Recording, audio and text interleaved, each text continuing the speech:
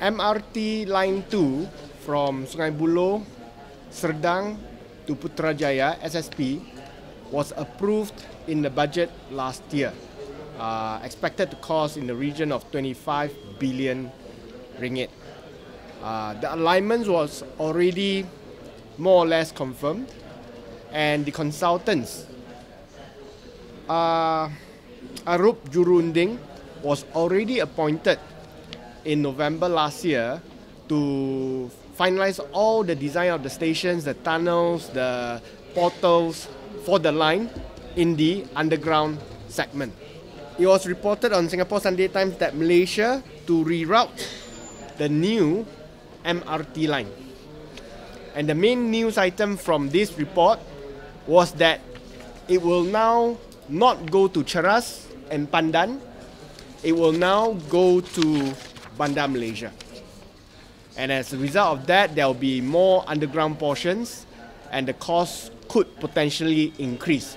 This information was provided by Gamuda, who is the project development partner for the MRT2 project. Again, a separate issue, awarded without any open tender. Now, the losers from this realignment will be the 200,000 middle and lower income earners staying in the densely populated areas of Cheras and Pandan. The winner from this realignment, there can be no question, is 1MDB. They will benefit firstly in that the value of the land in Bandar Malaysia will now increase very significantly. In fact, based on the gross development value that was talked about when they first launched Bandar Malaysia, it was 20 billion ringgit. Today, the ministers in parliament, as well as from the strategic review from 1MDB, they talk about 150 billion as the gross development value for Bandar Malaysia. Secondly, because the line will now pass through Bandar Malaysia, the government will now have to acquire back land from 1MDB in order to build this line. And as a result, I assume we'll have to pay cash to 1MDB to buy back these properties. It appears that the government is working overtime to bail out 1MDB, both directly and indirectly.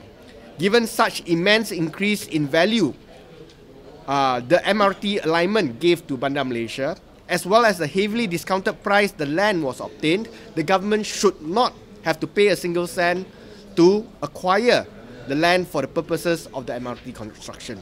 To be fair to the residents of Cheras and Pandan, who are now denied demised rapid transit, the government should impose a substantial development charge on 1MDB instead. The charge will go towards defraying the increase in cost of MRT2 as a result of the realignment, the cost of building the MRT station in Bandar Malaysia, as well as to provide alternative public transport solutions for the negatively affected residents. So this report came out only because of the analyst briefing given by Gamuda. Okay. The government have not announced this realignment, and we are not sure why they have not announced it, but clearly the realignment is to benefit 1MDB.